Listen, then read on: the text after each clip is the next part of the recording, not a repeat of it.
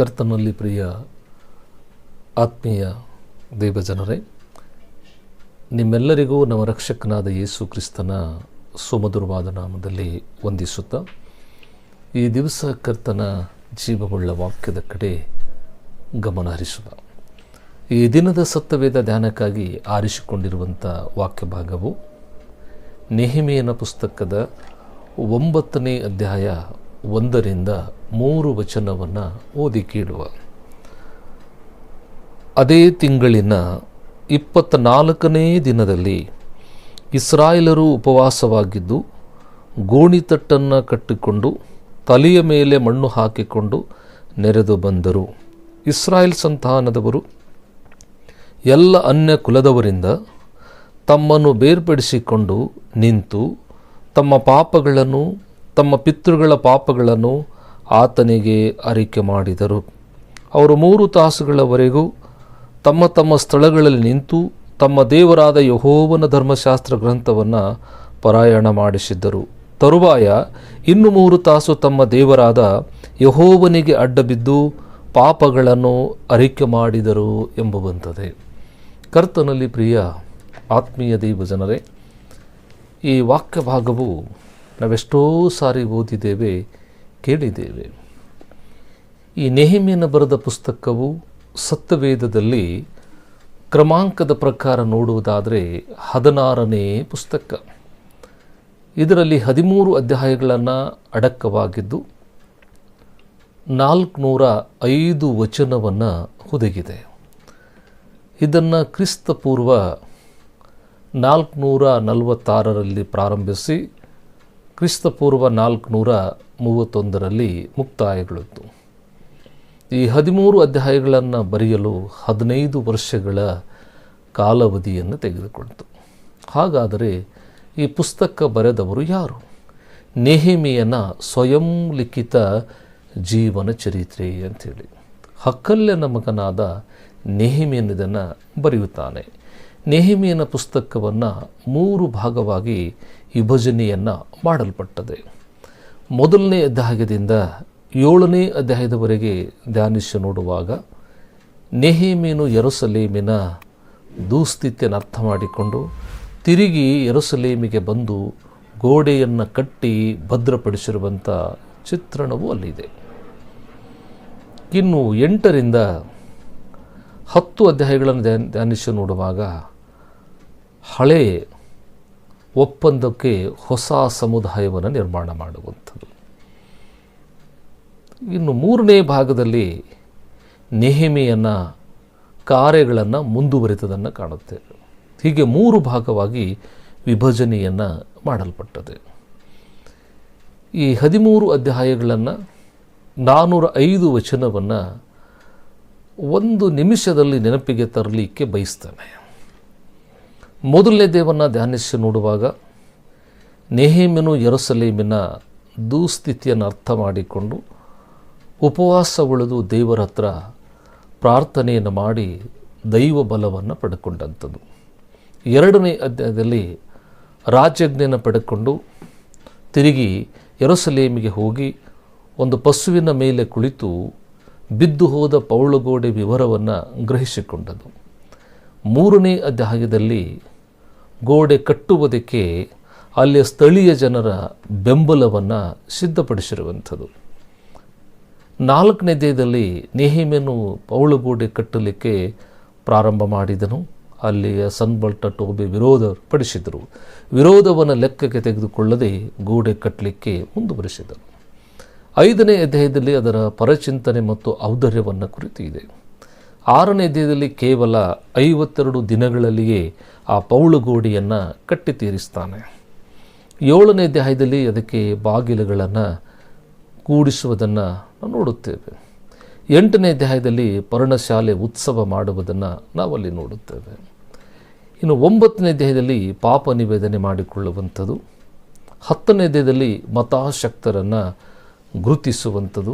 11ನೇ ಅಧ್ಯಾಯದಲ್ಲಿ ಯೆರೂಸಲೇಮ್ ಮತ್ತು ಯಹೂದ್ಯದಲ್ಲಿದ್ದಂಥ ಇಸ್ರಾಯೇಲ್ ಜನರ ಪಟ್ಟಿಯನ್ನು ಸಿದ್ಧ ಮಾಡುವಂಥದ್ದು. ಇನ್ನು 12ನೇ ಅಧ್ಯಾಯದಲ್ಲಿ ಲೇವಿಯರು ಮತ್ತು ಯಾಜಕರನ್ನ ಕುರಿತು ಸರ್ವೆ ಮಾಡ್ತಾನೆ. 13ನೇ ಅಧ್ಯಾಯದಲ್ಲಿ ತಿರುಗಿ ಯೆರೂಸಲೇಮನ್ನು ಭದ್ರಪಡಿಸುವುದನ್ನು ನಾವು ಕಾಣುತ್ತೇವೆ. ಹೀಗೆ 13 ಅಧ್ಯಾಯಗಳು 405 ವಚನಗಳಲ್ಲಿ ಹೀಗೆ ಬರೆಯಲ್ಪಟ್ಟದೆ. ಈ ಹಕ್ಕಲ್ಯನ ಮಗನಾದಂಥ ನೆಹೆಮೀಯನು ಮೂಲತಃ ಈತನು ಯೆರೂಸಲೇಮಿನ ನಿವಾಸಿ. ಯೆರೂಸಲೇಮನ್ನು ಬಿಟ್ಟು ಸೂಸನ್ ಪಟ್ಟಣಕ್ಕೆ ಹೋಗಿ ಒಬ್ಬ ಅರಸನ ಕೈಯಲ್ಲಿ ಪಾನದಾಯಕನಾಗಿ ಕೆಲಸವನ್ನು ಮಾಡುತ್ತಾ ಆ ರಾಜ ಕೊಡುವ ಸಂಬಳವನ್ನು ಪಡೆಯುತ್ತಾ ತನ್ನ ಜೀವನವನ್ನು ಸಾಗಿಸ್ತಾ ಇದ್ದನು. ಕೆಲಸ ಚಿಕ್ಕದಾಗಿದ್ದರೂ ಸಮಾಧಾನದ ಬದುಕು ಆತನಿಗೆ ಇತ್ತು. ಕೆಲವು ದಿವಸಗಳಾದ ಮೇಲೆ ಬಾಬೆಲಿನವರು ಯೆರೂಸಲೇಮಿನ ಮೇಲೆ ದಂಡೆತ್ತಿ ಹೋಗಿ ಯೆರೂಸಲೇಮಿಗೆ ಭದ್ರವಾಗಿರುವಂಥ ಆ ಪೌಳುಗೋಡಿಯನ್ನು ಕೆಡವಿ ಹಾಕ್ತಾರೆ. ಆವಾಗ ಅವನ ತಮ್ಮನಾದ ನೆಹೆಮೀಯನು ಹನನಿಯನು, ನಮ್ಮ ಅಣ್ಣ ಸೂಸನ್ ಪಟ್ಟಣದಲ್ಲಿ ಸಂತೋಷವಾಗಿದ್ದನಲ್ಲ, ನಾನು ಯಾಕೆ ಈ ಸಂಕಟದಲ್ಲಿ ಬಾಧ್ಯಪಡಬೇಕಂತೇಳಿ ಆತನು ಯೆರೂಸಲೇಮನ್ನು ಬಿಟ್ಟು ತನ್ನ ಅಣ್ಣನಾದ ನೆಹೆಮೀಯನ ಕಡೆ ಬರ್ತಾನೆ.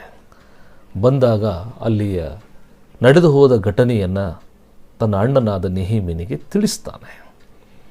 ಆಗ ನೆಹೆಮೀಯನು ತನ್ನ ಸ್ವಂತ ಜನರು ಸಂಕಷ್ಟಲಿದ್ದದನ್ನು, ಪೌಳುಗೋಡೆ ಕೆಡವಲ್ಪಟ್ಟದನ್ನು ಕಂಡು ದುಃಖಕ್ರಾಂತನಾಗಿ ಕಣ್ಣೀರಿನಿಂದ ತನ್ನಷ್ಟಕ್ಕೆ ತಾನು ಎಳೆದೆ ಜೀವ ಸ್ವರೂಪನಾದ ದೇವರ ಪಾದದಲ್ಲಿ ಕಣ್ಣೀರಿಟ್ಟು ಮೊರೆಯ ಪ್ರಾರ್ಥನೆಯನ್ನು ಮಾಡ್ತಾನೆ. ದೈವ ಬಲವನ್ನು ಸಾಧಿಸಿದಂಥ ಈ ನೆಹೆಮೀಯನು ಪೌಳುಗೋಡಿಯನ್ನು ಕಟ್ಟಿ ತೀರ್ತಾನೆ. 1ರಿಂದ 7 ಅಧ್ಯಾಯಗಳವರೆಗೆ ಬಿದ್ದು ಹೋದ ಗೋಡೆ ಕಟ್ಟುವ ಕೆಲಸವನ್ನು ನೆಹೆಮೀಯನು ಮಾಡಿ ಮುಗಿಸಿದನು. 8ನೇ ಅಧ್ಯಾಯದಲ್ಲಿ ತಿರುಗಿ ಅವರಿಗೆ ಪರ್ಣಶಾಲೆ ಮಾಡುವುದನ್ನು ಕಲಿಸಿಕೊಡ್ತಾನೆ. 9ನೇ ಅಧ್ಯಾಯದಲ್ಲಿ ಗೋಡೆ ಕಟ್ಟುವ ಕೆಲಸ ಮುಗಿತು. ಆ ಗೋಡೆಯಲ್ಲಿ ಆ ಪಟ್ಟಣದಲ್ಲಿ ವಾಸಿಸುವ ಜನರ ಬಗ್ಗೆ ಚಿಂತನೆಯನ್ನು ಮಾಡ್ತಾನೆ. ಕಟ್ಟಡ ಕಟ್ಟುವುದು ಸುಲಭದ ಕೆಲಸ, ಕಟ್ಟಡದಲ್ಲಿ ವಾಸಿಸುವಂಥ ಜನರನ್ನು ಕಟ್ಟುವುದು ಕಠಿಣವಾದ ಕೆಲಸ. ಅದಕ್ಕೆ ಜನರು ಕೋಟಿ ಕೋಟಿ ಹಣಗಳನ್ನು ಖರ್ಚು ಮಾಡಿ ದೊಡ್ಡ ದೊಡ್ಡ ಭವ್ಯವಾದ ಕಟ್ಟಡ ಕಟ್ಟಲಿಕ್ಕೆ ಜ್ಞಾನ ಇದೆ, ಅದನ್ನು ಮಾಡಿ ತೀರಿಸ್ತಾರೆ. ಆದರೆ ದೇವರು ಉಚಿತವಾಗಿ ಕೊಟ್ಟಂಥ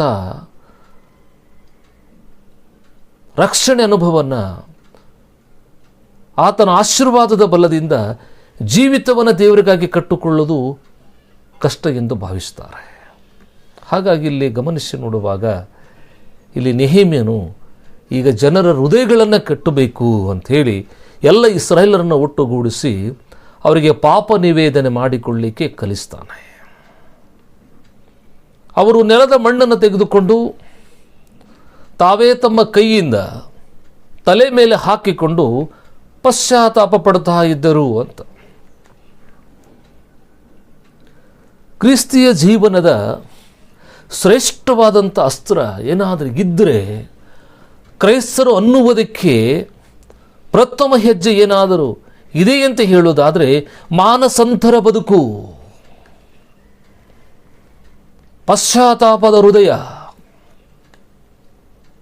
ಒಬ್ಬ ಮನುಷ್ಯನ ಬದುಕಿನಲ್ಲಿ ಸಂತೋಷವನ್ನು ಹೊಳಿಬೇಕು, ಒಬ್ಬ ಮಾನವನು ಸಂತೋಷ ಭರಿಷ್ಠನಾಗಿ ಬದುಕಬೇಕಂತಿದ್ರೆ, ನಿರಾಶದ ಬದುಕನ್ನು ಕಳಿಸಿ ಹಾಕಿಕೊಳ್ಳಬೇಕಂತಿದ್ರೆ, ತಲೆಗೆತ್ತಿ ಬಾಳುವಂಥ ರಹಸ್ಯದ ಗುಟ್ಟು ಏನಾದರಿದ್ದರೆ ಅದು ಪಶ್ಚಾತ್ತಾಪದ ಹೃದಯ. ದೇವರನ್ನು ಮೆಚ್ಚಿಸುವ ಏಕೈಕ ಶ್ರೇಷ್ಠವಾದ ಯಜ್ಞ ಯಾವುದಾದರಿದ್ದರೆ ಅದುವೇ ಜಜ್ಜಿ ಹೋದ ಹೃದಯ, ಮಾನಸಾಂತರ ಬದುಕು ಅಂತ. ಹಾಗಾಗಿ ಇಲ್ಲಿ ಗಮನಿಸ್ತೇವೆ, ನೆಹೆಮೀಯನು ಇಸ್ರಾಯೇಲರ ಒಟ್ಟುಗೂಡಿಸಿ ತಮ್ಮ ಕೈಯಿಂದಲೇ ಮಣ್ಣನ್ನು ತೆಗೆದುಕೊಂಡು ತಲೆ ಮೇಲೆ ಹಾಕ್ತಾರೆ, ಗೋಣಿತಟ್ಟನ್ನು ಸುತ್ತಿಕೊಳ್ತಾರೆ. ಹಾಗಾಗಿ ಇಲ್ಲಿ ಗಮನಿಸುವಾಗ ಸತ್ಯವೇದ ಚರಿತ್ರೆಯಲ್ಲಿ ಜನರು ಮಾನಸಾಂತರವನ್ನು ಸೂಚಿಸಲಿಕ್ಕಾಗಿ ಬೂದಿಯಲ್ಲಿ ಕೂತುಕೊಳ್ಳುವಂಥದ್ದು, ಬೂದಿಯನ್ನು ಬಳಿದುಕೊಳ್ಳುವಂಥ ಪದ್ಧತಿ ಇದೆ. ಯೊಬ್ಬನು ಬೊಕ್ಕೆ ಹುಣ್ಣಿನಿಂದ ಮೈಯಲ್ಲಿ ಅಗಿದುಕೊಳ್ಳುವಂಥ ಸಂದರ್ಭದಲ್ಲಿ ಬೊಕ್ಕೆಯಿಂದ ಆ ಬೂದಿಯಲ್ಲಿ ಕುಳಿತು ಪಶ್ಚಾತ್ತಾಪ ಪಡ್ತಾ ಇದ್ದನು. ಅದೇ ಯೋಬನು 42ನೇ ಅಧ್ಯಾಯದ 6ನೇ ವಚನದಲ್ಲಿ ದೇವರ ಮುಂದೆ ಪಶ್ಚಾತ್ತಾಪವನ್ನು ಪಡ್ತಾ ಇದ್ದನು ಬೂದಿಯಲ್ಲಿ ಕೂತುಕೊಂಡು. ಇದು ಮಾನಸಾಂತರ ಬದುಕಿನ ಸಂಕೇತವಾಗಿದೆ. ನಿನವೆ ಪಟ್ಟಣ ನಾಶವಾಗ್ತದೆ ಅಂತೇಳಿ ಗೊತ್ತಾದಾಗ ಅರಸನು ಗೋಣಿತಟ್ಟನ್ನು ಸುತ್ತುಕೊಂಡು ಬೂದಿ ಬೆಳೆದುಕೊಂಡು ದೇವರ ಸಮ್ಮುಖದಲ್ಲಿ ಕಣ್ಣೀರಿಡಲು ಪ್ರಾರಂಭ ಮಾಡಿದನು. ಯೌನ 3ನೇ ಅಧ್ಯಾಯ 3ನೇ ವಚನದಲ್ಲಿ ಕಾಣುತ್ತೇವೆ. ದಾನಿಯೇಲ 9:3 ಪ್ರವಾದಿಯಾದ ಯೆರೆಮೀಯನು ಹೇಳಿದಂಥ ಮಾತುಗಳನ್ನು, ಯೆರೆಮೀಯನಿಗೆ ದೊರೆತಂಥ ವಾಕ್ಯವನ್ನು ನಂಬಲಿಲ್ಲ. ಪಟ್ಟಣ ನಾಶವಾಗಿ ಹೋಗ್ತಲ್ಲ, ಅದಕ್ಕೆ ಅವನು ಪಶ್ಚಾತ್ತಾಪ ಪಟ್ಟು ದೇವರ ಮುಂದೆ ಪ್ರಾರ್ಥನೆಯನ್ನು ಮಾಡ್ತಾರೆ. ಗಮನಿಸ್ತೇವೆ ಪ್ರಿಯರೇ, ಕ್ರಿಸ್ತಿಯ ಜೀವನದ ಮೂಲ ರಹಸ್ಯ ಏನಾದರೂ ಇದ್ದರೆ ಅದು ಪಶ್ಚಾತ್ತಾಪದ ಜೀವನ ಅಂತ. ಯಾಕೆ ಬೂದಿ ಬೆಳ್ಕೊಳ್ತಾರೆ, ಯಾಕೆ ಮಣ್ಣು ತಲೆ ಮೇಲೆ ಹೆಚ್ಚಿಕೊಳ್ತಾರೆ ಅಂತ ಹೇಳುವುದಾದರೆ, ನಾವು ಮಣ್ಣಿನಿಂದ ಬಂದವರು ಎಂಬುದಾಗಿ. ಮನುಷ್ಯ ಎಷ್ಟು ಶ್ರೇಷ್ಠನೆನಿಸಿಕೊಂಡ್ರೂ ಅವನು ಮಣ್ಣೆ. ಆದಾಮ ಅಂದ್ರೆ ಅರ್ಥ ಏನು? ಮಣ್ಣು ಅಂತ.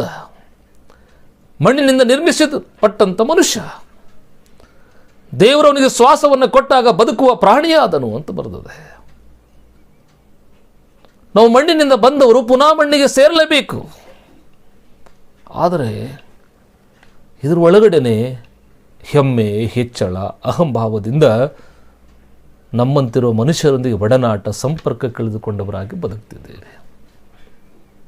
ಯಾಕೆ ಈ ಪಶ್ಚಾತ್ತಾಪದ ಹೃದಯ, ದೇವರೇ ನಾನು ಮಣ್ಣೆ ಆದವನು, ನಿನ್ನ ಶ್ವಾಸದಿಂದ ಬದುಕ್ತಾ ಇದ್ದೇನೆ, ನಿನಗಾಗಿ ಬಾಳುತ್ತೇನೆ ಅನ್ನುವಂಥ ತೀರ್ಮಾನ ಮಾಡುವಂಥದ್ದು. ನನ್ನಲ್ಲಿ ಯಾವುದೇ ಹೆಮ್ಮೆ ಹೆಚ್ಚಳಕ್ಕೆ ಅವಕಾಶ ಇಲ್ಲ, ನೀನು ನನ್ನಲ್ಲಿದ್ದರೆ ಮಾತ್ರ ಸಾಧ್ಯ. ನಿನ್ನ ಯೋಜನೆ ಎಲ್ಲರನ್ನು ಪ್ರೀತಿಸುವಂಥದ್ದು, ನಿನ್ನ ಯೋಜನೆ ಪರಿಶುದ್ಧ ಜೀವನ ಮಾಡುವಂಥದ್ದು, ನಿನ್ನ ಯೋಜನೆ ಸಮೃದ್ಧಿಯಾದ ಬದುಕನ್ನು ಮಾಡುವಂಥದ್ದು. ಅದಕ್ಕೆ ಪಶ್ಚಾತ್ತಾಪನ ಯಾಕೆ ಸೂಚಿಸ್ತಾ ಇದ್ದರು? ನಮ್ಮ ಸವಬುದ್ಧಿ, ನಮ್ಮ ಸವಬಲದ ಮೇಲೆ ಆತುಕೊಳ್ಳುವಂಥದ್ದು. ಮಾಡಿ ಸೋತು ಹೋದೆವು, ನಿನ್ನ ಬಲ ನಮಗೆ ಅಗತ್ಯ ಅನ್ನುವುದನ್ನು ಸೂಚಿಸಲಿಕ್ಕೆ ತಮ್ಮನ್ನು ತಾವು ಬೂದಿಯಲ್ಲಿ ಗೋಣಿತಟ್ಟನ್ನು ಸುತ್ತುಕೊಳ್ಳುತ್ತಾ ಇದ್ರು ಅಂತ. ಹಾಗೆ ನೆಹೆಮೀಯನು ಗೋಡೆ ಕಟ್ಟುವ ಕೆಲಸ ಮುಗಿಯಿತು, ಈಗ ಹೃದಯಗಳನ್ನು ಕರ್ತನೆಗಾಗಿ ಕಟ್ಟಬೇಕು, ಜನರಲ್ಲಿ ನಿಜವಾದ ಸಂತೋಷ ಸಮಾಧಾನವನ್ನು ಬರಬೇಕು. ಕಟ್ಟಡದಿಂದ ಮನುಷ್ಯನಿಗೆ ತೃಪ್ತಿ ಸಿಕ್ಕುವುದಿಲ್ಲ. ಮನುಷ್ಯನ ಒಳಗಡೆ ಇರ್ತಕ್ಕಂಥ ಪಾಪ ಹೊರಗಡೆ ಹೋದಾಗ, ಅವನಲ್ಲಿರ್ತಕ್ಕಂಥ ಮಲಿನತೆ ಹೊರಗಡೆ ಹೋದಾಗ ಮಾತ್ರ ಸಮಾಧಾನ ಪಡ್ಕೊಳ್ಳಿಕ್ಕೆ ಸಾಧ್ಯ ಅಂತ. ಹಾಗಾಗಿ ಎಲ್ಲ ಇಸ್ರಾಯೇಲರ ಒಟ್ಟುಗೂಡಿಸಿ ಪಶ್ಚಾತ್ತಾಪದಿಂದ ನೆಲದ ಮಣ್ಣನ್ನು ತಕ್ಕೊಂಡು ತಾವೇ ತಮ್ಮ ತಲೆ ಮೇಲೆ ಎರಚಿಕೊಳ್ತಾ ಇದ್ರು. ಮಣ್ಣು ಯಾರು ಮೈ ಮೇಲೆ ಹಾಕಿಕೊಳ್ಳುವುದಿಲ್ಲ. ಮಣ್ಣಿನಿಂದ ದೂರ ಇರಲಿಕ್ಕೆ ಎಷ್ಟು ಜನ ಪ್ರಯತ್ನ ಪಡ್ತೇವೆ. ದಾರಿಯಲ್ಲಿ ಪ್ರಯಾಣ ಮಾಡುವ ಸಂದರ್ಭಗಳಲ್ಲಿ, ಕಚ್ಚಾ ರೋಡುಗಳಲ್ಲಿ ಪ್ರಯಾಣ ಮಾಡುವಾಗ ಡಸ್ಟ್ ಬರುತ್ತಂಥೇಳಿ ಬೈಕ್ ಸವಾರರು ಸ್ಲೋ ಆಗಿ ಹೋಗ್ತಾರೆ. ಮುಂದೆ 4 ವೀಲರ್ ವಾಹನ ಹೋದ ನಂತರ ಸ್ಲೋ ಆಗಿ ಹೋಗ್ತಾರೆ, ಡಸ್ಟ್ ನಮ್ಮ ಮೇಲೆ ಬೀಳಬಾರದು ಅಂತ. ಅನೇಕ ಹೆಣ್ಣು ಮಕ್ಕಳು ಪ್ರಯಾಣ ಮಾಡುವ ಸಂದರ್ಭದಲ್ಲಿ ವಾಹನದ ಮೇಲೆ, 2 ವೀಲರ್ ಮೇಲೆ ಪ್ರಯಾಣ ಮಾಡುವಾಗ ಮುಖನೆಲ್ಲ ಬಟ್ಟೆ ಸುತ್ತಕೊಂಡು ಪ್ರಯಾಣ ಮಾಡ್ತಾರೆ. ಅಂದರೆ ಬಿಸಿಲಾಗಲಿ ಡಸ್ಟ್ ಆಗಲಿ ನಮ್ಮನ್ನು ತಾಕಬಾರದು, ನಮ್ಮ ಸೌಂದರ್ಯದಲ್ಲಿ ವ್ಯತ್ಯಾಸ ಆಗಬಾರದು ಅಂತ. ಮಣ್ಣನ್ನು ಯಾರು ಮೈ ಮೇಲೆ ಹಾಕ್ಕೊಳ್ಳಿಕ್ಕೆ ಇಷ್ಟಪಡುವುದಿಲ್ಲ, ದೂರ ಇರಬೇಕಂತ ಬಯಸ್ತೇವೆ. ಆದರೆ ಇಲ್ಲಿ ಇಸ್ರಾಯೇಲರು ತಾವೇ ತಮ್ಮ ಕೈಯಿಂದ ತಲೆ ಮೇಲೆ ಮಣ್ಣನ್ನು ಎರಚಿಕೊಳ್ತಾ ಇದ್ದಾರೆ. ಸ್ವತಃ ಯಾರು ಹಾಕ್ಕೊಳ್ಳೋದಿಲ್ಲ. ಮಣ್ಣು ಹಾಕುವ 2 ವಿಧಾನಗಳಿದೆ. ಮೊಟ್ಟ ಮೊದಲನೇದಾಗಿ ಮನುಷ್ಯ ಸತ್ತು ಹೋದಾಗ, ಸಾವಿಗೆ ಸತ್ತು ಬೇದ ಗಾಢವಾದ ನಿದ್ರೆ ಅಂತ ಕರೆಯುತ್ತೆ. ಬೇರೆಯವ್ರು ಹಾಕ್ತಾರೆ, ಅವ್ರು ಹಾಕ್ಕೊಳ್ಳಂಗಿಲ್ಲ. ಸಮಾಧಿಗೆ ಹೋದಾಗ ಮಣ್ಣನ್ನು ಹಾಕ್ತಾರೆ, ಮಣ್ಣು ಮಣ್ಣಿಗೆ, ಧೂಳು ಧೂಳಿಗೆ ಅಂತ. ಆದರೆ ಈಗೇನೋ ಹೊಸ ಸಂಪ್ರದಾಯ ಕೆಲವರು ಮಾಡಿಕೊಳ್ತಿದ್ದಾರೆ, ಹೂಗಳನ್ನು ಹಾಕ್ತಿದ್ದಾರೆ. ಅದು ಕ್ರೈಸ್ತ ಸಂಪ್ರದಾಯಕ್ಕೆ ವಿರುದ್ಧವಾದಂಥದ್ದು.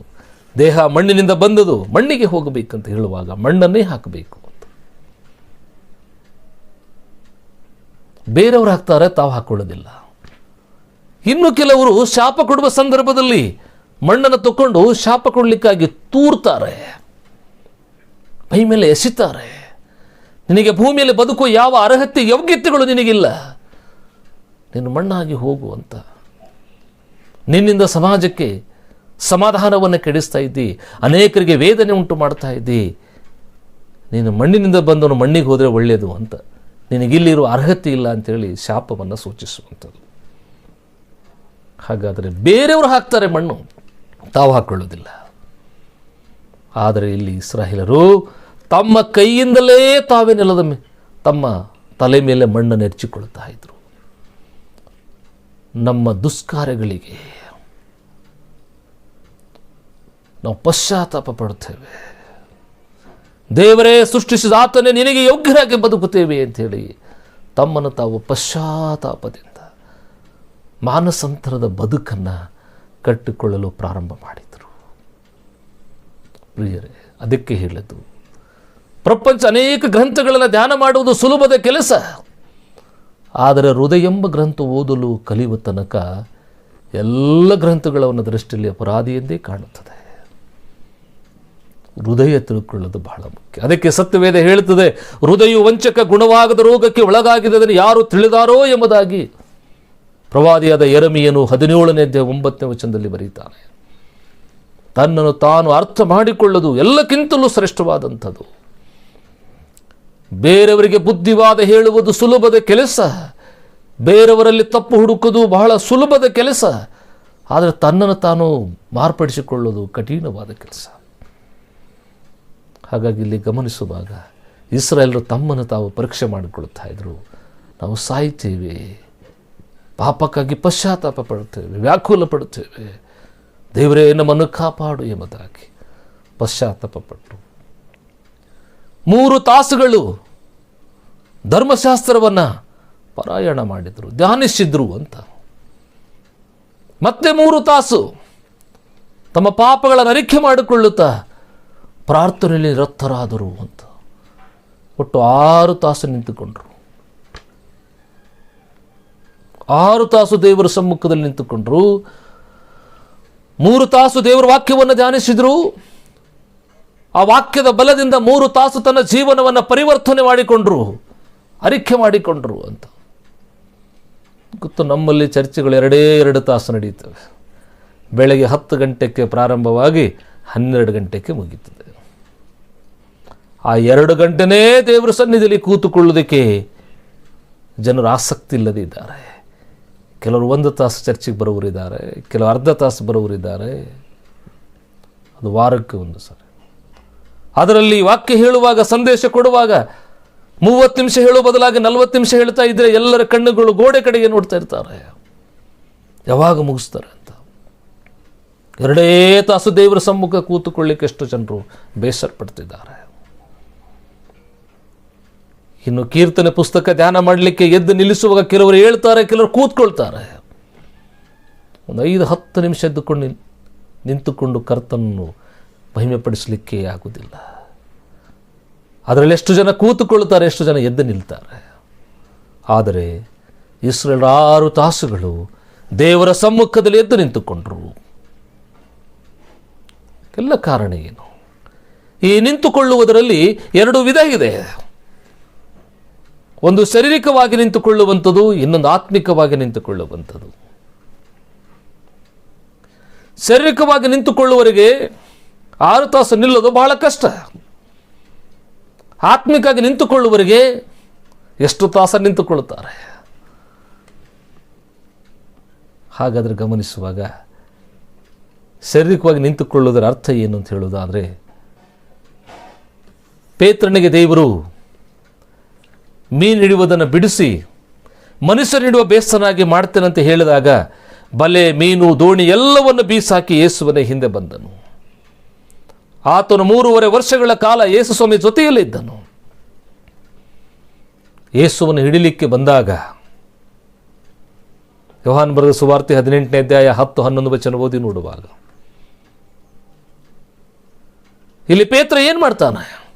ಯೇಸುವನ್ನು ಹಿಡಿಲಿಕ್ಕೆ ಬಂದಂಥ ವೈರಿಗಳು ಸೈನಿಕರು ಬರ್ತಾರಲ್ವಾ, ರೋಮ ಸೈನಿಕರು ಬಂದಾಗ ಅದರಲ್ಲಿರ್ತಕ್ಕಂಥ ಒಬ್ಬ ಆಳಿನ ಕಿವಿಯನ್ನು ಪೇತ್ರನು ಕತ್ತರಿಸ್ತಾನೆ. ನನ್ನ ಗುರುವನ್ನು ಹಿಡಿಯಲು ನಾನು ಬಿಡುವುದಿಲ್ಲ. ಗುರುವಿನ ಪಕ್ಷದಲ್ಲಿದ್ದೇನೆ ಅಂತ ಸೂಚಿಸಲಿಕ್ಕೆ, ಗುರುವನ್ನು ಮೆಚ್ಚಿಸ್ತೇನೆ ಅಂತ ಹೇಳಿ ಅಭಿಪ್ರಾಯ ಇಟ್ಟುಕೊಂಡು ಒಬ್ಬ ಆಳಿನ ಕಿವಿಯನ್ನು ಕತ್ತರಿಸ್ತಾನೆ. ಈತನು ದೈಹಿಕವಾಗಿ ನಿಂತುಕೊಂಡನು. ಇವನ ಕತ್ತಿ ಬಲದಿಂದ ಯೇಸುವನ್ನು ಹಿಡಿಯುವರನ್ನು ತಪ್ಪಿಸ್ಲಿಕ್ಕಾಗಲಿಲ್ಲ. ಇಲ್ಲವೇ ದೇವರನ್ನು ಮೆಚ್ಚಿಸಲಿಕ್ಕೂ ಆಗಲಿಲ್ಲ. ಆತನ ಹೊಗಳಿಕೆಗೂ ಪಾತ್ರನಾಗಿರಲಿಲ್ಲ, ವಿರೋಧಿಗಳನ್ನು ಎದುರಿಸಲಿಕ್ಕೂ ಆಗಲಿಲ್ಲ. ಇವತ್ತೆಷ್ಟು ಜನರು ದೈಹಿಕವಾಗಿ ನಿಂತುಕೊಳ್ಳುವ ಸ್ಥಿತಿ ಹೀಗೆ ಇದೆ. ನಾವು ಗಮನಿಸ್ತೇವೆ. ಇವತ್ತೆಷ್ಟು ಜನರು ಜೀವನವನ್ನು ಮಾರ್ಪಡಿಸಿಕೊಳ್ಳೋದಿಲ್ಲ. ನಾವು ಕ್ರೈಸ್ತರು ಅಂತ ಹೇಳ್ತಾರೆ, ಕ್ರೈಸ್ತರ ಪರವಾಗಿ ಏನೆಲ್ಲವನ್ನು ಮಾತಾಡಲಿಕ್ಕೆ ಸಿದ್ಧರಿದ್ದಾರೆ. ತನ್ನ ಜೀವನದ ಮೌಲ್ಯವನ್ನೇ ಅವರಿಗೆ ಗೊತ್ತಿಲ್ಲ. ಹಾಗೆ ಗಮನಿಸುವಾಗ ಎಷ್ಟೋ ಸಾರಿ ದೈಹಿಕವಾಗಿ ನಿಂತುಕೊಳ್ಳುವುದರಿಂದ ನಾವು ಯಾರನ್ನು ಬದಲಿಸಲಿಕ್ಕೆ ಸಾಧ್ಯವೇ ಇಲ್ಲ. ಸತ್ಯವೇದದ ಚರಿತ್ರೆಯಲ್ಲಿ ಕ್ರೈಸ್ತರು ಅಂದಿನಿಂದ ಇಲ್ಲಿವರೆಗೂ ದೈಹಿಕವಾದ ಹೋರಾಟ ಮಾಡಲೇ ಇಲ್ಲ. ಆ ಹೋರಾಟಕ್ಕೆ ಅವರು ಮಹತ್ವನೂ ಕೊಡಲಿಲ್ಲ.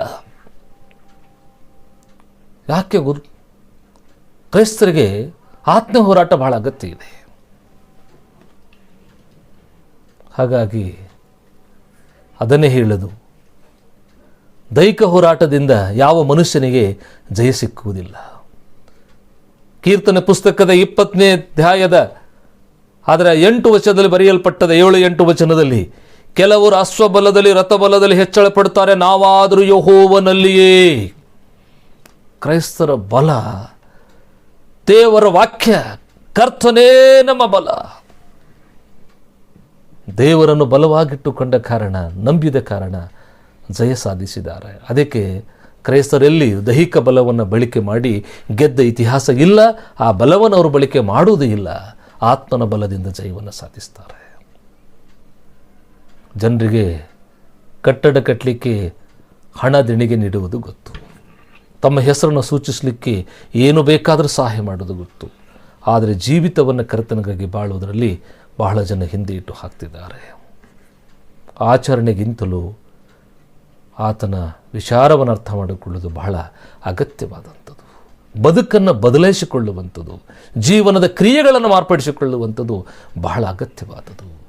ಕ್ರಿಸ್ತತ್ವ ಅದನ್ನೇ ಬಯಸ್ತದೆ. ಕರ್ತನಿಗಾಗಿ ನೀನೇನು ಕೊಡುತ್ತೆ ಅನ್ನೋದು ಮುಖ್ಯ ಅಲ್ಲ, ನೀನು ಹೇಗೆ ಬದುಕುತ್ತೆ ಅನ್ನೋದು ಮುಖ್ಯ. ಅದನ್ನೇ ದೇವರು ನಮ್ಮಿಂದ ಎದುರು ನೋಡುತ್ತಿದ್ದಾನೆ. ಇಸ್ರಾಯೇಲ್ರಿಗೆ ಅದನ್ನೇ ನೆಹೆಮೀಯ ಕಲಿಸಿಕೊಟ್ಟಿದ್ದ. ಗೋಡೆ ಕಟ್ಟಲಿಕ್ಕೆ ಬೆಂಬಲ ಮಾಡಿದ್ರಿ, ಜೊತೆ ಇದ್ರಿ, ಎಲ್ಲವೂ ಆಯಿತು, ಈಗ ನಿಮ್ಮ ಹೃದಯಗಳನ್ನು ಕಟ್ಟಿಕೊಳ್ಳಿರಿ ಅಂತ. ಎರಡನೇದಾಗಿ ನಿಂತುಕೊಳ್ಳುತ್ತಾನೆ ಪೇತ್ರ. ಅಲ್ಲಿ ಸೈನಿಕರನ್ನು ಹೆದರಿಸಲಾಗಲಿಲ್ಲ, ಗುರುವನ್ನು ಮೆಚ್ಚಿಸ್ಲಿಕ್ಕಾಗಲಿಲ್ಲ. ಅದಕ್ಕೆ ಬದಲಾಗಿ ಸ್ವಾಮಿ ಹೇಳಿದ್ದೇನು, ಪೇತ್ರನೇ ಪೇತ್ರನೇ ನಿನ್ನ ಕತ್ತಿಯನ್ನು ಓರೆ ಹಾಕು, ಕತ್ತಿ ಹಿಡಿಯುವವನು ಕತ್ತಿಯಿಂದಲೇ ಸಾಯುವನು. 3.5 ವರ್ಷಗಳ ಕಾಲ ಯೇಸುವಿನ ಜೊತೆಯಲ್ಲಿ ಇದ್ದರೂ ಯೇಸು ಯಾರೆಂದು ಅರ್ಥ ಮಾಡಿಕೊಳ್ಳಲಿಲ್ಲ. ಅರ್ಥ ಮಾಡಿಕೊಂಡ್ರೆ ಕತ್ತಿ ಹಿಡಿತಿರಲಿಲ್ಲ. ಆತನು ಸತ್ತವರನ್ನು ಬದುಕಿಸಿದನು, ಮೈ ಒಣಗಿದವರನ್ನು ಗುಣಪಡಿಸಿದನು, ಬಿರುಗಾಳಿ ಶಾಂತಪಡಿಸಿದನು. ಆ ಸೈನಿಕರನ್ನು ಎದುರಿಸೋದು ಯಾವ ಲೆಕ್ಕ ಇತ್ತು? ತನ್ನ ತಂದೆಯ ಚಿತ್ತವನ್ನು ನೆರವೇರಿಸುವುದಕ್ಕಾಗಿ, ನಿಮ್ಮೆಲ್ಲರ ಅಪರಾಧಗಳನ್ನು ಮನ್ನಿಸುವುದಕ್ಕಾಗಿ ಆತನು ಸಾಯುವುದು ಅಗತ್ಯವೇ ಆಗಿತ್ತು. ನನ್ನ ತಂದೆ ನನ್ನ ಲೋಕಕ್ಕಾಗಿ ಸಾಯುವುದಕ್ಕಾಗಿ ಕಳಿಸಿ ಅನ್ನೋದು ಗೊತ್ತಿತ್ತು. ಅದಕ್ಕಾಗಿ ಯಾವ ಕಾರ್ಯವನ್ನು ಮಾಡಲಿಲ್ಲ. ವಧ್ಯ ಸ್ಥಾನಕ್ಕೆ ಹೋಗುವಾಗ ಕುರಿ ಉಣ್ಣೆ ಕತ್ತರಿಸಲು ಮುಂದೆ ಮೌನವಾಗಿ ನಿಂತುಕೊಳ್ಳುವ ಹಾಗೆ, ವಧ್ಯಸ್ಥಾನಕ್ಕೆ ಹೋಗುವಾಗ ಸ್ವಾಮಿ ಮೌನವಾಗಿದ್ದನು ಅಂತ ಹೇಳುವ ಹಾಗೆ ಅವಿರೋಧಿಗಳ ಮುಂದೆ ಯಾವ ಮಾತನ್ನು ಆಡಲಿಲ್ಲ. ಅವರಿಗೆ ಯಾವ ಪ್ರತಿಕ್ರಿಯೆ ತೋರಿಸಲಿಲ್ಲ. ನಾನು ನಿಮ್ಮ ಜೊತೆಲಿದ್ದಾಗ ನನ್ನ ಮೇಲೆ ಕೈ ಹಾಕಲಿಲ್ಲ. ಕಳ್ಳನ ಹಿಡಿಲಿಕ್ಕೆ ಬಂದಾಗ ಕತ್ತಿದ್ದೊಂಡು ಹಿಡ್ಕೊಂಡು ಬರ್ತಾ ಇದ್ರೆ ಹೇಳಿದರೆ ಹೊರತು ಅವ್ರಿಗೆ ಯಾವ ಶಾಪನ್ನು ಕೊಡಲಿಲ್ಲ. ಆ ಕಡಿದು ಹೋದ ಕಿವಿಯನ್ನು ಮತ್ತೆ ತಿರುಗಿಸಿ ಸರಿಪಡಿಸಿದನು. ಕತ್ತರಿಸಿ ಕಿವಿಯನ್ನು ಸರಿಪಡಿಸುವ ಸಾಮರ್ಥ್ಯವುಳ್ಳ ದೇವರಿಗೆ ವಿರೋಧಿಗಳ ನಾಶ ಮಾಡುವ ಸಾಮರ್ಥ್ಯ ಇಲ್ಲೇನು ಇದೆ? ಅದರ ತಂದೆ ಸಂಕಲ್ಪ ಲೋಕಕ್ಕಾಗಿ ಸಾಯಬೇಕಾಗಿತ್ತು. ಈತನು 3.5 ವರ್ಷಗಳ ಕಾಲ ಯೇಸುವಿನ ಜೊತೆಯಲ್ಲಿದ್ದರೂ ಯೇಸುವಿನ ಸಾಮರ್ಥ್ಯವನ್ನು ಅರ್ಥ ಮಾಡಿಕೊಳ್ಳಲಿಲ್ಲ. ಇವತ್ತೆಷ್ಟೋ ಜನ ಕ್ರೈಸ್ತರು ಅನಿಸಿಕೊಂಡವರು ಚರ್ಚ್ಗಳಿಗೆ ಹೋಗ್ತೇವೆ, ವಾಕ್ಯ ಓದ್ತೇವೆ, ಪ್ರಾರ್ಥನೆ ಮಾಡ್ತೇವೆ, ಜೀವನದಲ್ಲಿ ಯಾವ ಬದಲಾವಣೆಗಳಲ್ಲಿ ಕಾಣ್ತಾ ಇಲ್ಲ. ಬರೀ ಆಚರಣೆಗಳಲ್ಲಿ ತಲೀನರಾಗಿದ್ದೇವೆ, ಜೀವಿತ ಬದಲಾಗ್ತಾ ಇಲ್ಲ. ಈ ಸ್ಥಿತಿ ನಮ್ಮದಾಗಿದ್ದರೆ ಪೇತ್ರನು ದೈಹಿಕವಾಗಿ ನಿಂತುಕೊಂಡ ಹಾಗೆಯೇ ಇದ್ದೆವು. ಅದೇ ಪೇತ್ರ ಇನ್ನೂ ಸಾರಿ ನಿಂತುಕೊಳ್ಳುತ್ತಾನೆ. ಅಪೊಸ್ತಲ ಕಾರ್ಯ ಪುಸ್ತಕದ 2ನೇ ಅಧ್ಯಾಯ 14ನೇ ವಚನದಲ್ಲಿ, ಪಂಚಶತಮ ದಿನದಂದು ಪವಿತ್ರಾತ್ಮನವರ ಮೇಲೆ ಇಳಿದು ಬಂದಾಗ ಅನ್ಯ ಭಾಷೆಗಳಲ್ಲಿ ಮಾತನಾಡಲು ಪ್ರಾರಂಭಿಸಿದರು. ಅಲ್ಲಿ ಹೇಳ್ತಾರೆ, ಇವರು ಮದ್ಯಪಾನಿ ಮಾಡಿ ಮತರಾಗಿದ್ದಾರೆ ಅಂತ ತಮ್ಮೊಡೆ ಮಾತಾಡಿಕೊಳ್ತಾ ಇದ್ರು. ಅವರು ಮಾತಾಡಿಕೊಳ್ಳೋದನ್ನು ಸಹಿಸಕ್ಕಾಗದೆ ಪೇತ್ರ ಎದ್ದು ನಿಂತುಕೊಂಡು, ಎಲೇ ಗಲಿಲಾಯದವರೇ, ಇಲ್ಲಿ ಯಾರು ಮದ್ಯಪಾನ ಮಾಡಿ ಮತರಾದವರಲ್ಲ ಅಂಥೇಳಿ ಯೇಸು ಸ್ವಾಮಿಯ ಬಗ್ಗೆ ಸಾಕ್ಷಿ ಹೇಳಲು ಪ್ರಾರಂಭ ಮಾಡಿದನು. ಯಾವಾಗ ಯೇಸುವಿನ ಕುರಿತು ಮಾತನಾಡಲು ಪ್ರಾರಂಭಿಸಿದನು, ಅದೇ ವೇಳೆಯಲ್ಲಿ 3,000 ಜನ ಹೃದಯದಲ್ಲಿ ಅಲುಗು ನೆಟ್ಟಂತಾಯಿತು. ಪಶ್ಚಾತ್ತಾಪ ಪಟ್ಟು ದೇವರ ಕಡೆ ತಿರುಗಿಕೊಂಡು ದೀಕ್ಷಾಸನ ತೆಗೆದುಕೊಂಡರು. ಕರ್ತನಿಗಾಗಿ ನಿಂತುಕೊಂಡಾಗ ಆತ್ಮೀಯವಾಗಿ ಮಾತನಾಡುವಾಗ 3,000 ಜನ ಹೃದಯ ಮಾರ್ಪಡಿಸಲ್ಪಟ್ಟಿತ್ತು. 3,000 ಜನರಿಗೆ ಹೊಸ ಬದುಕನ್ನು, ಪರಲೋಕದ ನಿರೀಕ್ಷೆ ನಿರ್ಮಾಣ ಆಯಿತು. ಆತ್ಮೀಯವಾಗಿ ನಿಂತುಕೊಳ್ಳುವಾಗ ಬದಲಾಗ್ತದೆ ಹೊರತು ದೈಹಿಕವಾಗಿ ನಿಂತುಕೊಳ್ಳುವುದರಿಂದ ಬದಲಾಗಲು ಸಾಧ್ಯವಿಲ್ಲ. ಕ್ರೈಸ್ತತ್ವದ ಹಿನ್ನೆಲೆ ಹಾಗೆ ಇದೆ. ಹಿಂಸೆ ಎಷ್ಟೇ ಬಂದರೂ ಪ್ರೀತಿಯ ಬಲದಿಂದಲೇ ಹಿಂಸೆಯನ್ನು ಗೆಲ್ಲುತ್ತೇವೆ ಹೊರತು ಅದಕ್ಕೆ ಬೇರೆ ಯಾವ ಹೋರಾಟವುದರಿಂದ ಗೆಲ್ಲಕ್ಕಾಗುವುದಿಲ್ಲ. ಪರಿಶುದ್ಧ ಜೀವನದ ಬಲದಿಂದಲೇ ಗೆಲ್ಲಲು ಸಾಧ್ಯ ಹೊರತು ಬೇರೆ ಹೋರಾಟದಿಂದ ಗೆಲ್ಲಕ್ಕಾಗುವುದಿಲ್ಲ. ಆತ್ಮೀಯ ಪ್ರಿಯರೇ, ಎಷ್ಟು ಹೋರಾಟಗಳು ಬರಲಿ, ನಮ್ಮ ಸತ್ಯತೆಗೆ ವಿರುದ್ಧವಾಗಿ ಬದುಕಬಾರದು. ಯಾವುದೇ ಕಾರಣಕ್ಕೂ ಲೋಕದ ಮಲಿನತೆಯಲ್ಲಿ ಸಿಕ್ಕಿಕೊಳ್ಳಬಾರದು. ಪರಿಶುದ್ಧರಾಗಿ, ಯಥಾರ್ಥವಂತರಾಗಿ, ನಿಷ್ಕಳಂಕರಾಗಿ ಬದುಕುವಾಗ ಯಾವ ಹೋರಾಟವು ನಮ್ಮನ್ನು ಎದುರಿಸಲು ಸಾಧ್ಯವಿಲ್ಲ. ಮೆಟ್ಟಿ ಗೆಲ್ಲುತ್ತೇವೆ. ಹಾಗಾಗಿ ಗಮನಿಸೋಣ. ಅಂದು ನೆಹೆಮೀಯನು ಇಸ್ರಾಯೇಲರನ್ನು ಪಾಪ ನಿವೇದನೆ ಮಾಡಿಕೊಂಡು ಪರಲೋಕ ರಾಜ್ಯದ ನಿರೀಕ್ಷೆಯನ್ನು ಕುರಿತು ಅವರಿಗೆ ಸಾರಿ ಹೇಳಿದ್ದನು. ಅದರಿಂದಲೇ ಅವರಿಗೆ 6 ತಾಸು ಹೇಗಾಯಿತೋ ಗೊತ್ತಾಗಲಿಲ್ಲ. ಹಾಗಾಗಿ ಗಮನಿಸುವಂಥದ್ದು, ನಾವು ಆತ್ಮೀಯವಾಗಿ ನಿಂತುಕೊಳ್ಳಬೇಕು. ನಮ್ಮ ಹೃದಯಗಳನ್ನು ಕರ್ತನಿಗಾಗಿ ಸಿದ್ಧಪಡಿಸಿಕೊಳ್ಳಬೇಕು. ಎಷ್ಟು ಜನರು ಆತ್ಮಕ್ಕೆ ಶಾಂತಿ, ಮನಸ್ಸಿಗೆ ನೆಮ್ಮದಿ, ದೇಹಕ್ಕೆ ಸೌಖ್ಯನ ಕಾಣದೆ ಸಾಯ್ತಾ ಇದ್ದಾರೆ. ಅವರಿಗೆ ಕರ್ತನ ಕುರಿತು ಪರಿಚಯ ಮಾಡಿಕೊಡಬೇಕು. ಅವರ ಹೃದಯಗಳನ್ನು ಬದಲಾಯಿಸಲ್ಪಡಬೇಕು. ಸತ್ಯವನ್ನು ಗ್ರಹಿಸಿಕೊಳ್ಳಬೇಕು. ಜಗದ್ರಕ್ಷಕನಾದ ಯೇಸುವನ್ನು ಸೇವಿಸಬೇಕು. ನಾಸರಿಂದ ಪಾರಾಗಿ ನಿತ್ಯ ಜೀವದ ನಿರೀಕ್ಷೆ ಅವರ ನಿರ್ಮಾಣವಾಗಬೇಕು. ಅಂದು ನೆಹೆಮೀಯನು ಇಸ್ರಾಯೇಲ್ ಹೃದಯಗಳನ್ನು ಕಟ್ಟಿದ್ದನು. ಇವತ್ತು ನಮ್ಮ ಮುಂದೆ ನಶಿಸುವ ಅನೇಕ ಜನರು, ಪಾಪದಲ್ಲಿ ಮುಳುಗಿದ ಜನರಿಗೆ, ಸತ್ಯವನ್ನು ಕಾಣದೆ ಅಸತ್ಯವನ್ನು ಹಿಂಬಾಲಿಸಿಕೊಂಡವರಿಗೆ ಸತ್ಯವನ್ನು ಸಾರುವಂಥ ಜವಾಬ್ದಾರಿಕೆ ನಮ್ಮ ಮೇಲೆ ಇದೆ. ನಿರೀಕ್ಷೆ ಇಲ್ಲದವರಿಗೆ ಪರಲೋಕದ ನಿರೀಕ್ಷೆ ಹುಟ್ಟಿಸುವಂಥ ಜವಾಬ್ದಾರಿಕೆ ನಮ್ಮ ಮೇಲೆ ಇದೆ. ಸಮಾಧಾನ ಇಲ್ಲದವರಿಗೆ ವಾಕ್ಯದ ಮೂಲಕ ಸಮಾಧಾನ ನಿರ್ಮಾಣ ಮಾಡುವ ಜವಾಬ್ದಾರಿಕೆ ನಮ್ಮ ಮೇಲೆ ಇದೆ. ಅಂದು ನೆಹೆಮೀಯನು ಇಸ್ರಾಯೇಲರನ್ನು ಮಾರ್ಪಡಿಸಲಿಕ್ಕೆ ದೇವರ ಪಾದದಲ್ಲಿ ತೆಗೆದುಕೊಂಡು ಪಶ್ಚಾತ್ತಾಪದ ಹೃದಯದ ಕುರಿತು ಅವರಿಗೆ ಮನವರಿಕೆ ಮಾಡಿಕೊಟ್ಟನು. ಇವತ್ತು ನಮ್ಮ ತಲೆಮಾರಿನಲ್ಲಿ ಎಷ್ಟೋ ಜನರು ಸತ್ಯ ಅರಿಯದೆ ನಶಿಸುವ ಜನರಿಗೆ ಯೇಸುವಿನ ತ್ಯಾಗ, ಪ್ರೀತಿಯನ್ನು ಕುರಿತು ಪರಿಚಯಪಡಿಸೋಣ. ಅವರು ನಿತ್ಯತ್ವ ನಿರೀಕ್ಷೆಯಲ್ಲಿ ಬಾಳುವುದಕ್ಕೆ ಪ್ರಯಾಸ ಪಡೋಣ. ಹಾಗೆ ಮಾಡುವುದರಲ್ಲಿ ದೇವರಾತ್ಮ ನಮ್ಮನ್ನು ಮುನ್ನಡೆಸಲಿ ಎಂಬುದಾಗಿ ತಂದೆಯಾದ ದೇವರಲ್ಲಿ ನಾವು ಪ್ರಾರ್ಥಿಸೋಣ. ಬನ್ನಿರಿ, ಪ್ರಾರ್ಥನೆ ಮಾಡೋಣ. ಶಾಂತಿದಾಯಕನು, ಕೃಪಾ ಸಂಪೂರ್ಣನು, ಪ್ರೀತಿಗೆ ಪಾತ್ರನು, ಸ್ತುತಿಗೆ ಯೋಗ್ಯನಾಗಿರುವಂಥ ನಮ್ಮ ಪರಲೋಕದ ಪ್ರಿಯ ಕರ್ತನೇ, ನಿಮ್ಮ ಮಹಾಕರುಣೆ ಕೃಪೆಗಾಗಿ ಸ್ತೋತ್ರ. ನಿನ್ನ ವಾಕ್ಯವನ್ನು ಆಲಿಸ್ತಿರುವಂಥ ಪ್ರತಿಯೊಬ್ಬರ ಹೃದಯದಲ್ಲಿ ಮಾನಸಂತರ ಬದುಕಿನೊಂದಿಗೆ ಪರಲೋಕದ ನಿರೀಕ್ಷೆಯಲ್ಲಿ ಬಾಳುವುದಕ್ಕೆ ಕೃಪೆ ತೋರಿಸ್ರಿ. ಕರ್ತನೆ, ಹೀಗೆ ನಮ್ಮೆಲ್ಲರನ್ನು ನಿಮ್ಮ ಕರೆಗಳಲ್ಲಿ ಅರ್ಪಿಸುತ್ತಾ, ನಮ್ಮ ನಾವು ತಗ್ಗಿಸುತ್ತಾ, ನಿಮ್ಮನ್ನೇ ಹೆಚ್ಚಿಸುತ್ತಾ, ಯೇಸುವಿನ ಹೆಸರಿನಲ್ಲಿ ಪ್ರಾರ್ಥಿಸಿ ಬೇಡುತ್ತೇವೆ ನಮ್ಮ ಪರಲೋಕದ ಪ್ರಿಯ ಕರ್ತನೆ. ಆಮೇನ್. ದೇವರು ನಮ್ಮೊಂದಿಗಿರಲಿ.